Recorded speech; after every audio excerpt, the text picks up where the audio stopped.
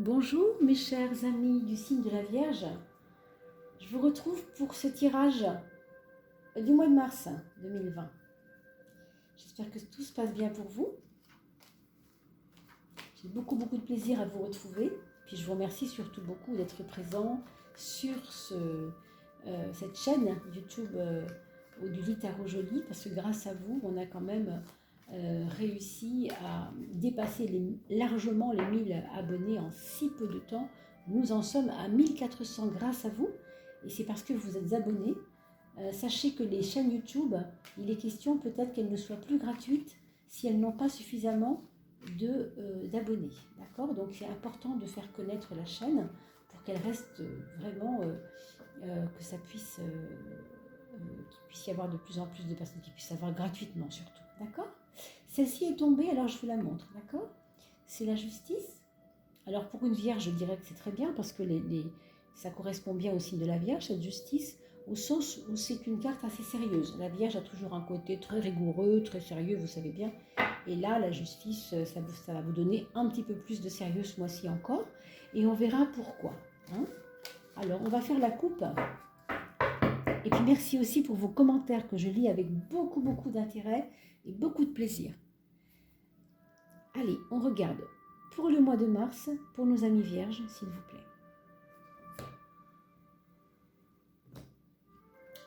Alors, il y a des choses quand même, alors on a vu le sérieux à l'instant, la justice est tombée.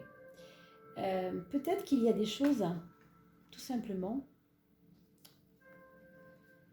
qui vous ont échappé, qui ont échappé à votre rigueur. Vous avez une rigueur morale très importante, mais on a l'impression que quelque chose aurait pu vous échapper.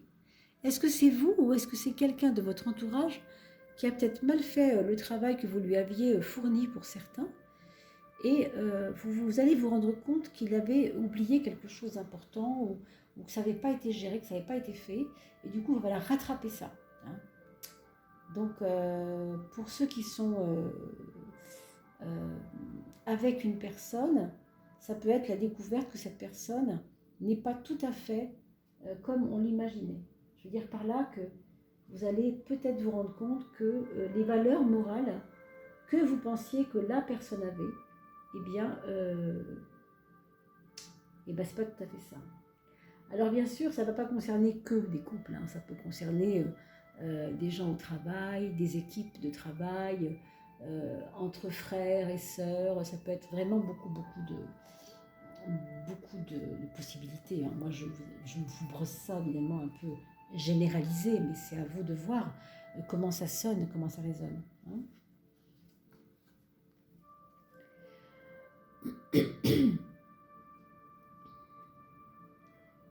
Il y a, pour certains d'entre vous, une passion amoureuse qui est un peu secrète, qui est pas forcément... on ne peut pas en parler, quoi. On n'a pas le droit d'en parler, ou bien parce qu'elle est taboue, parce que familialement ça passerait pas, ou parce que on n'a pas envie que ça se sache, parce qu'on veut se protéger. Je vois aussi pour certains d'entre vous des chamailleries ou des disputes ou des problématiques à résoudre, en tout cas déjà avec une personne plus âgée que vous. Ça pourrait être votre maman, ça pourrait être votre grand-mère, ça pourrait être une personne assez influente, assez proche de vous, ou même dans votre travail, votre patronne par exemple, c'est une femme. Il y a quelque chose qui coince, il y a quelque chose qui va devoir... vous ne pouvez pas régler les choses sans elle, quoi. Vous allez devoir passer par ça. Hein. Donc, pas évident. Allez, on regarde la troisième. Donc, la lune et la force. Pour nous dire...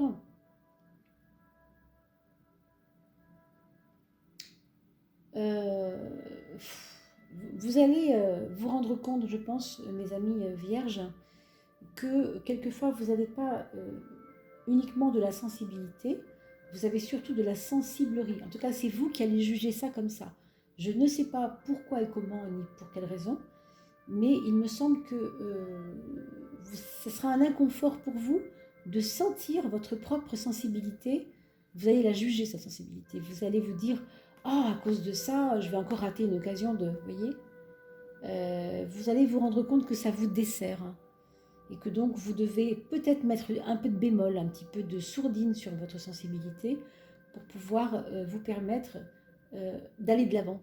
Hein, que ça vous bloque un peu sinon. J'ai l'impression que c'est un petit peu ça. Quoi. Alors, on va aller un petit peu plus loin quand même dans le jeu. C'est donc commencer les maisons astrologiques. Les maisons astrologiques, il y en a 12, je vous le rappelle, et que chacune a une signification. Domaine de vie. C'est un petit peu des parties de nos vies en fait. Nous, on va tirer 13 cartes, bien sûr, et je vous dirai pourquoi quand on aura tiré les 12 premières. Pour ceux qui ne savent pas ce que c'est qu'un tarot astrologique, alors c'est simplement prendre les maisons de l'astrologie, les maisons astrologiques, les domaines de vie, et une carte se mettra à chaque fois sur un domaine de vie. Là, ici, il y en a eu 2. Donc, c'est la première qui est face au sol. D'accord ? C'est elles qui vont colorer, si vous voulez, votre domaine de vie. Là, on est pour l'instant sur le moi, c'est-à-dire la personne, qui vous êtes, comment vous agissez ce mois-ci, dans quel état d'esprit vous vous trouvez. Et la deuxième carte, qui est le domaine financier. Ah, ils se sont retournés ces deux-là. Alors, attendez, parce que je peux faire de bêtises. Il y en a quand même 3, alors on ne va pas les prendre. Ça arrive que je les prenne à 3, mais là, non. Là, on me dit qu'il n'était pas la peine de les prendre. Donc, la troisième, elle avait bien raison de tomber juste après. La maison 3. La maison donc, du mental, la maison du mental pratique, c'est-à-dire c'est réfléchir à comment on va orienter les choses. 4, le foyer.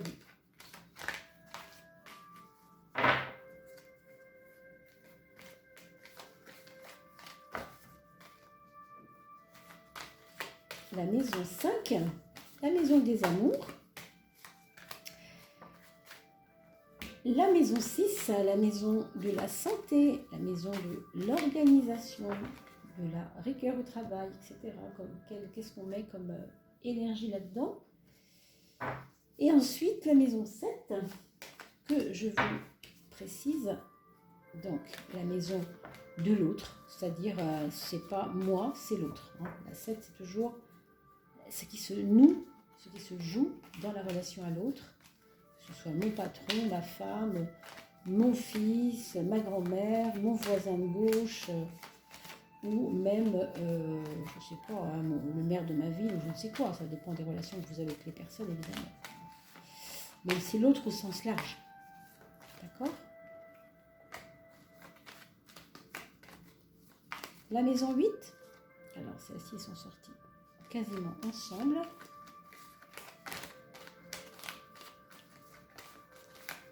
La maison 10, alors la maison 10, c'est la maison du moi social. D'accord ? C'est un peu mon aura sociale, comment les gens me ressentent autour de moi, dans la ville, dans ma vie globalement. D'accord ? Globalement et non pas sur un seul domaine, mais sur plein de domaines en fait. Quel impact j'ai sur eux, Alors attendez, parce qu'il y en a beaucoup là. Hein. Eh bien, on va voir la 12e et on va voir la 13e. Alors on va la garder comme ça. La 13e, pourquoi ? Parce que la 13e, c'est la carte guide. Pour ceux qui savent déjà comment je procède.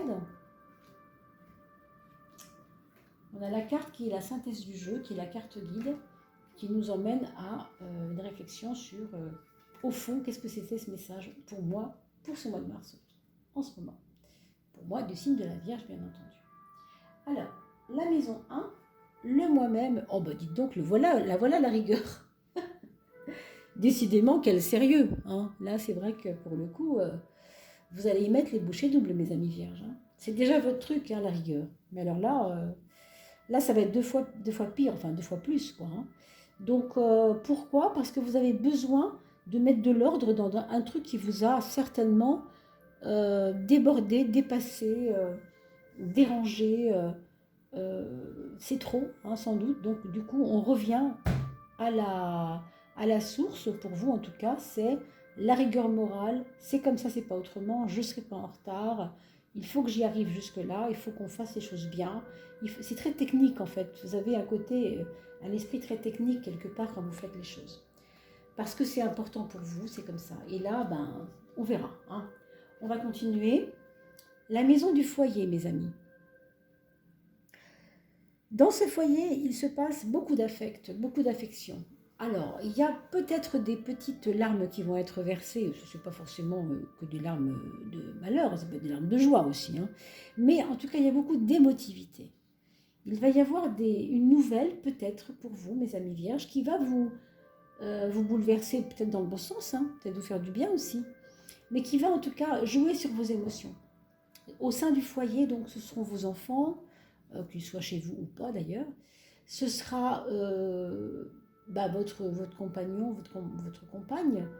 Ce sera toutes les personnes qui sont dans votre foyer. Hein. Ce sera, en tout cas, ça se jouera comme ça, au sens où il y aura peut-être une envie de mieux se comprendre, sans se parler. J'ai presque envie de dire sans se parler. C'est vraiment se sentir ou se toucher même, hein, et non pas se parler. Il y a quelque chose du sensible là-dedans, il y a quelque chose de presque du rêve. J'ai envie de dire, pour certains d'entre vous, alors c'est une jolie histoire, et pourquoi pas, hein, vous me ferez vos commentaires, je compte sur vous. Ça pourrait être tout à fait, par exemple, une personne qui retrouve son parent naturel, hein, qui a été élevé par d'autres personnes, qui a été adopté et qui retrouve un parent naturel, une maman par exemple, ça peut aussi être un papa, hein, mais je vois plutôt une maman pour l'instant, et qui retrouve avec ça de la racine, mais de la racine émotionnelle. Vous voyez que ça pourrait être une jolie histoire comme ça. Alors vous me direz dans vos commentaires si pour vous, mes amis vierges, il y a chez vous ce cas. C'est drôle parce qu'on parlait des racines à l'instant et je trouve ici avec vous, dans la maison 12, la maison des épreuves, les racines, c'est-à-dire l'enracinement, le 4, la structure. Donc oui, je pense que pour certains d'entre vous, il pourrait y avoir un petit peu ce genre de choses, ce genre d'aventure-là. Pourquoi une épreuve? Parce que peut-être que marcher sur les racines, c'est-à-dire marcher sur qui a été là avant vous, c'est aussi découvrir des failles de vos ancêtres. Avec une carte comme celle-là, je dirais, ça peut être aussi qu'on vous a parlé d'un aïeul, d'un grand-père, de je ne sais pas de qui, de quelqu'un qui a été un élément de votre famille, en tout cas, de votre famille réelle, hein, naturelle, et qui vous a... qui a eu un rôle difficile pour vous, puisqu'on le place dans les épreuves, ce cadre. Bon, pour certains, ça va être ça, pour certaines personnes. Pour d'autres personnes, ce sera aussi peut-être un abus de pouvoir. Je dis ça parce que très souvent, ici, cet empereur représente un patriarche, c'est-à-dire aussi un homme de pouvoir, un homme, le maire de votre ville, par exemple, ou un député, ou je ne sais quoi, qui vous fait des trucs que franchement, vous n'avez pas apprécié dans votre ville. Ça peut être quelque chose comme ça, ça peut être... une épreuve à subir dans le monde politique, mais qui va toucher un peu votre foyer aussi. On voit bien avec l'émotivité ici, franchement. Bon, alors je vous laisse bien sûr là-dessus, et c'est vous qui me direz, parce que je ne peux pas extrapoler non plus, et puis ça ne va pas forcément concerner tout le monde, bien sûr. Mais si c'est le cas, comme ça a été le cas, je me rappelle, il n'y a pas très longtemps, on parlait de politique sur un jeu, et la personne m'a répondu. Hein. Donc vous pourrez aller voir le commentaire, c'était vraiment très intéressant. Je me demande si c'était pas dans la balance d'ailleurs, récemment. Mais je vous laisse voir ça. C'est intéressant, pourquoi? Parce que vous voyez qu'entre les symboles et la réalité des faits, c'est toujours magique. Voilà. Alors, ici, vous avez la carte de la santé, enfin, la place, la maison 6, c'est vraiment la place de la santé dans le zodiaque, mais c'est aussi l'organisationnel. L'organisationnel, comment je gère ma vie, etc. Avec un beau soleil comme ça, j'ai envie de vous dire, malgré votre sérieux, hein, vous allez avoir des facilités à agrémenter les choses, à ce que ça soit plus plaisant. Je pense même que quelqu'un va venir vous aider, moi, à gérer ces choses un petit peu embêtantes et qui vous donnent trop de sérieux, là. C'est possible que quelqu'un vous donne un coup de main. Vous voyez, qui vienne vous dire, voilà, je peux te donner un petit coup de main à faire ça, parce que je vois que c'est pas très facile pour toi, même si on sait que vous êtes quand même quelqu'un de rigoureux et que ça vous va bien. Bon, bah, si on le fait à deux, c'est toujours plus drôle. Vous voyez, du tri, c'est mieux de le faire à deux, hein. Bon. Alors ça peut être ça. Maintenant, au niveau de la santé, c'est vrai que le soleil vous protégera, hein. Ça, c'est sûr qu'au mois de mars, mes amis vierges, c'est plutôt une bonne chose. Maintenant, sachez aussi que ça gouverne aussi tout ce qui est sanguin, le cœur, etc. Donc, vérifiez toujours vos analyses de sang pour ne pas laisser les choses au hasard. Comme ça, vous savez, hein, si c'est vraiment bien équilibré. On voit bien qu'il y a un souci d'équilibre, hein, chez vous. Donc, pardon, la santé fait aussi partie des choses de l'équilibre, hein. Donc, des choses qu'on doit, des domaines qu'on doit aussi équilibrer, bien sûr, parce que sinon on ne pourrait pas continuer. Alors, on a sur la maison 5, la maison de l'amour, la maison, voilà, de la relation affective avec l'autre, on a ce pape qui nous donne des leçons, on va dire, qui nous donne toujours ces leçons. Dans l'épreuve, on se renforce ou bien alors on ne se sépare, hein, donc ça dépend vraiment de plein de choses.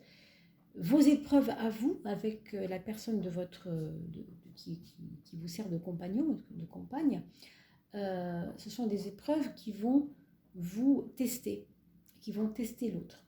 D'accord? Il peut y avoir des liens qui se resserrent, il peut y avoir aussi des choses qu'on a besoin de se dire, mais qui peut-être devront trouver à un moment donné un point de ralliement ou bien un point de non-retour, hein, bien sûr. Donc c'est important quand même.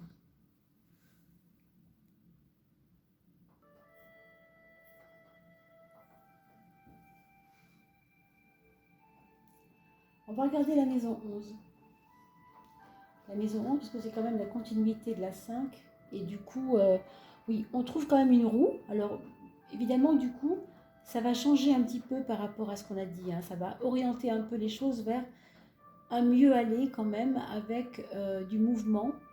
Et donc, ces épreuves, en tout cas ce qu'on a envie de se dire pour aller plus loin, ça peut aboutir aussi à un déménagement, un projet de déménagement, un projet de changement de vie aussi ensemble, hein. Alors pour ceux qui n'ont pas d'âme sœur en ce moment, hein, dans leur vie et qui aimeraient trouver quelqu'un, on pourrait dire qu'au cours de sorties, sorties entre amis en fait, il pourrait tout à fait y avoir une rencontre, mais une rencontre profonde, hein, pas une petite rencontre d'un soir, mais quelque chose d'un petit peu plus profond, un peu plus sérieux quand même, j'ai l'impression, hein. Alors je ne sais pas pourquoi je vous dis ça, mais je pense au loto, je pense aux fêtes, vous savez, les fêtes qu'on fait dans les villages où on joue au loto. C'est pas le loto, bien sûr, de la Française des Jeux, hein, vous imaginez bien, ce sont des fêtes où comme ça, on tire des numéros et on gagne des petits cadeaux. Donc je ne sais pas pourquoi, mais pourquoi pas, hein. Pour certains d'entre vous, ça pourrait être fait dans ce cadre-là, hein. Oui, ça pourrait, hein. Alors, cette maison 10 pour vous, on nous parle de la force. La force, c'est beaucoup de courage dans votre vie sociale. Il va peut-être y avoir, c'est peut-être lié à ça, à ce qu'on a dit tout à l'heure. C'est pas faire du forcing, mais c'est plutôt vous impliquer pour essayer d'orienter les choses, pour ne pas que on vous oblige à, hein. C'est vous qui allez faire un peu je sais pas, c'est pas un bras de fer, mais vous impliquer et vous définir vraiment. Oui, il y a un truc comme ça. Vous définir parce que ça vous paraît important. Alors, c'est comme si vous preniez votre pouvoir, quoi. Vous voyez? On a l'impression que c'est ça plutôt, hein. On regarde la maison 7, parce qu'évidemment, la relation aux autres, ça passe par la maison 7. Vous voyez, là, dans la maison 7, il y a un début de quelque chose de nouveau. On a vraiment l'impression que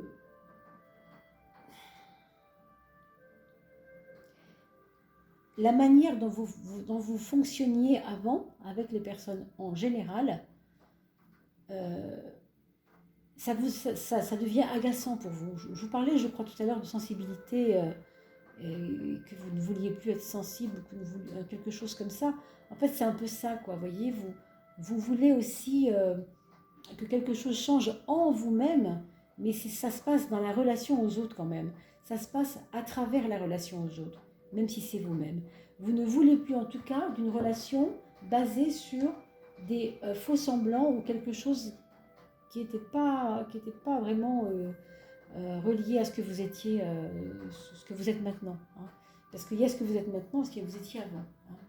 Et là, on voit bien que ça a changé quand même. Il y a le côté de votre racine très très intériorisé.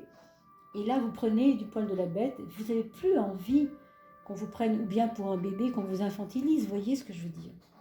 Cette question-là de patriarche qui est en épreuve me parle vraiment de vous avez supporté certaines formes de pouvoir autour de vous, un peu trop peut-être, et que du coup, voilà, ça va quoi.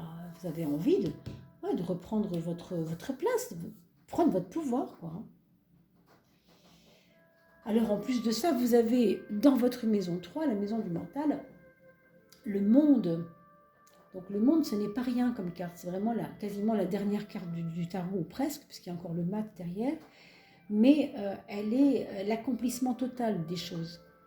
Pour moi, vous êtes quelqu'un qui avait beaucoup grandi ces dernières années dans votre tête.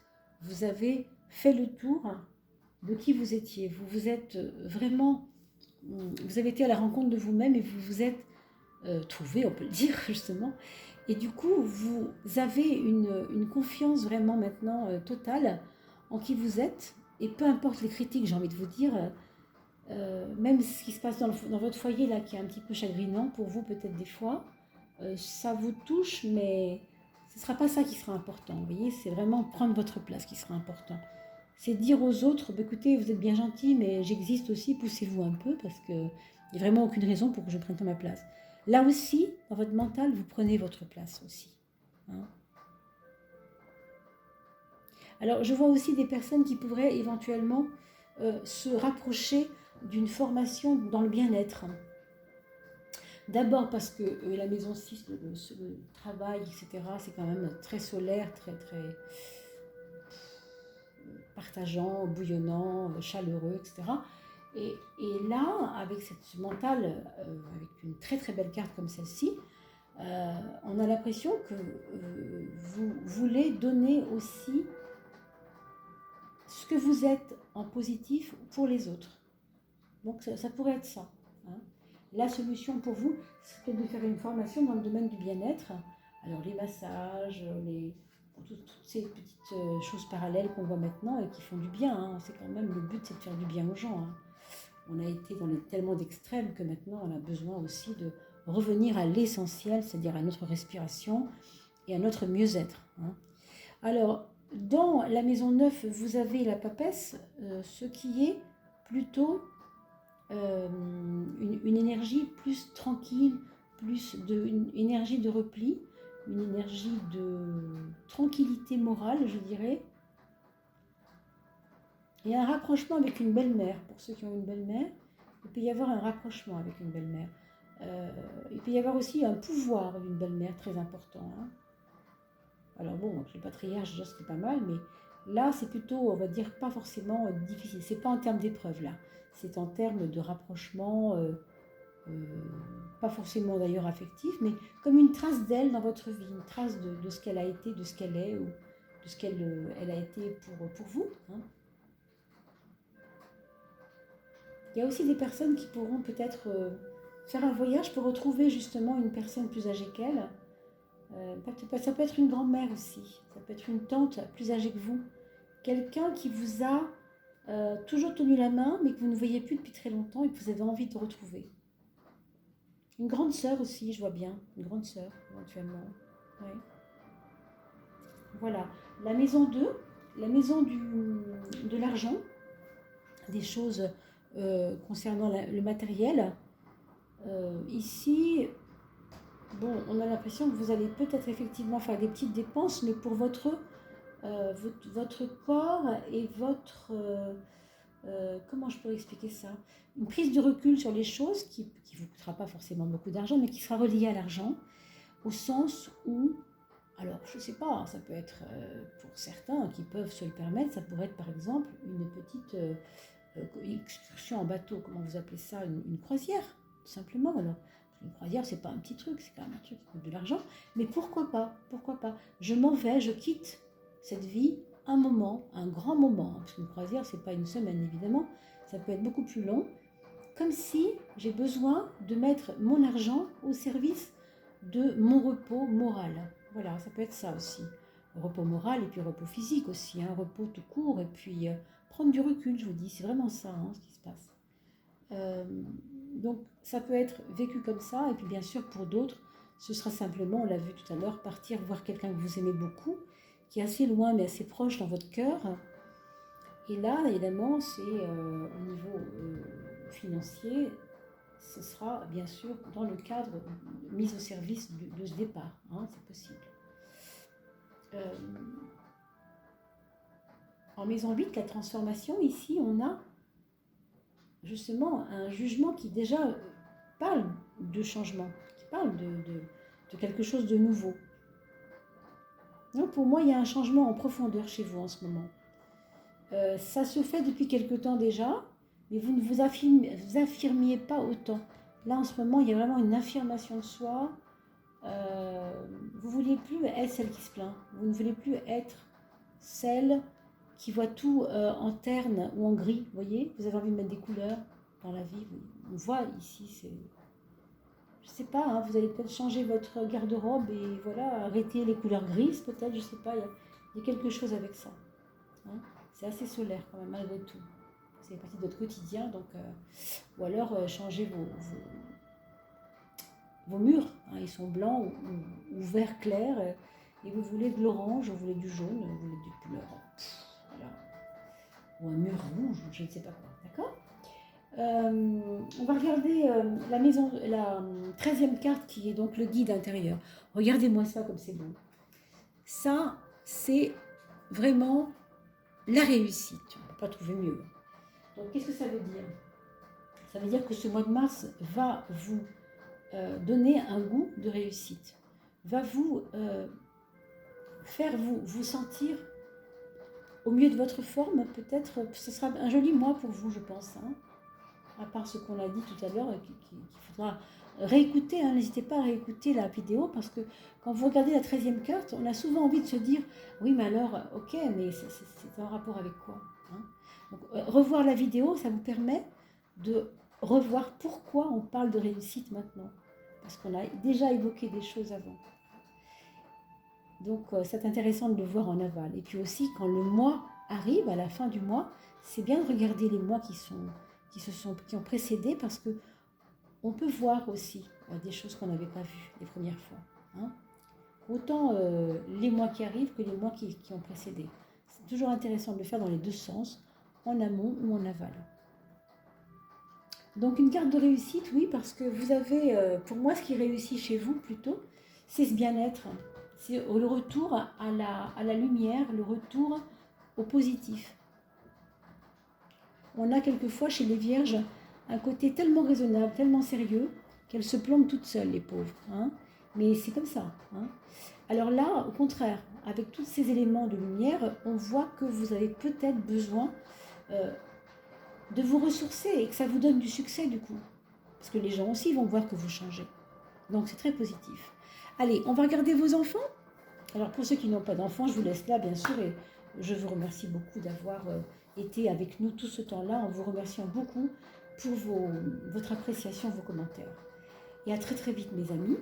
Pour ceux qui ont des enfants, vous restez avec moi. Donc votre premier enfant, c'est quelqu'un qui a à cœur d'apprendre des choses dans la vie, d'avoir de plus en plus des étapes pour comprendre les choses. Alors, ça peut être quelqu'un qui saute une classe, par exemple, vous voyez, des choses comme ça, parce qu'il comprend tellement vite. Ça peut être aussi des connaissances scientifiques pour votre premier enfant qui s'impose à lui, des envies de connaissances scientifiques supérieures, enfin, une école supérieure, quelque chose du genre. Oui, ce qu'on pourrait voir. Pour la personne, l'enfant, le deuxième enfant, là il y a un renouveau, il y a un changement de cap, il y a ou bien des nouvelles études, ou bien un nouvel appartement, ou bien une nouvelle chérie, hein, forcément, ça peut être toutes ces choses. En tout cas, on y va, c'est un nouveau cap, on change, on tourne la page. Hein. Donc, ça peut être aussi une personne qui va sortir ou connaître une personne plus jeune qu'elle. Hein. Il y a aussi l'aspect plus jeune aussi. Le troisième enfant, ce sera donc une énergie plutôt recluse, plutôt fermée, plutôt intériorisée. Donc, une personne ou un enfant, hein, si c'est un enfant ou un ado, qui aura besoin de solitude, de tranquillité, et qu'on le laisse tranquille, goûter à sa paix. Bien sûr, c'est aussi peut-être un enfant porteur de secrets, et dans ces cas-là, bien sûr, il faudra le questionner et voir ce qu'il se passe. Si vous le sentez trop enfermé, bien sûr, vous réagissez aussi, mes amis, bien sûr. Et pour la maison 11, donc le quatrième enfant, vous avez la roue qui nous parle de quelqu'un qui a confiance en les choses qu'il ne comprend pas forcément, qu'il ne devine pas forcément ou qu'il ne voit pas venir, mais il s'en fiche. Il est confiant, ça se passe bien pour lui et on avance. Okay, donc il y a un côté comme ça, mouvement, mais bon. Ça peut être aussi des enfants agités, ça, hein, en quatrième enfant. Un enfant qui pourrait être agité éventuellement. Voilà, mes chers amis, j'espère que j'ai à peu près répondu à vos attentes. Je vous souhaite un très joli mois de février pour ceux qui regardent ce tirage pour février. Pour le mois de mars, pour ceux qui sont, si nous sommes en mars, je vous souhaite un joli mois de mars. Nous nous retrouvons en avril, bien entendu. Et sachez qu'il y a aussi une coupe qui a été postée sur YouTube dans cette chaîne Odulita Rojoli, une coupe qui parle de tous les signes. Hein, et je vous laisse regarder de quoi il s'agit et regarder ce que j'ai écrit sous la vidéo. Et vous me donnez bien sûr votre sentiment, d'accord? Je vous embrasse bien fort, je vous dis à très très vite. Merci beaucoup d'avoir été là. Je reste à votre disposition pour des éventuelles guidances personnalisées. Vous avez mon mail sous la vidéo. À très très vite, portez-vous bien surtout.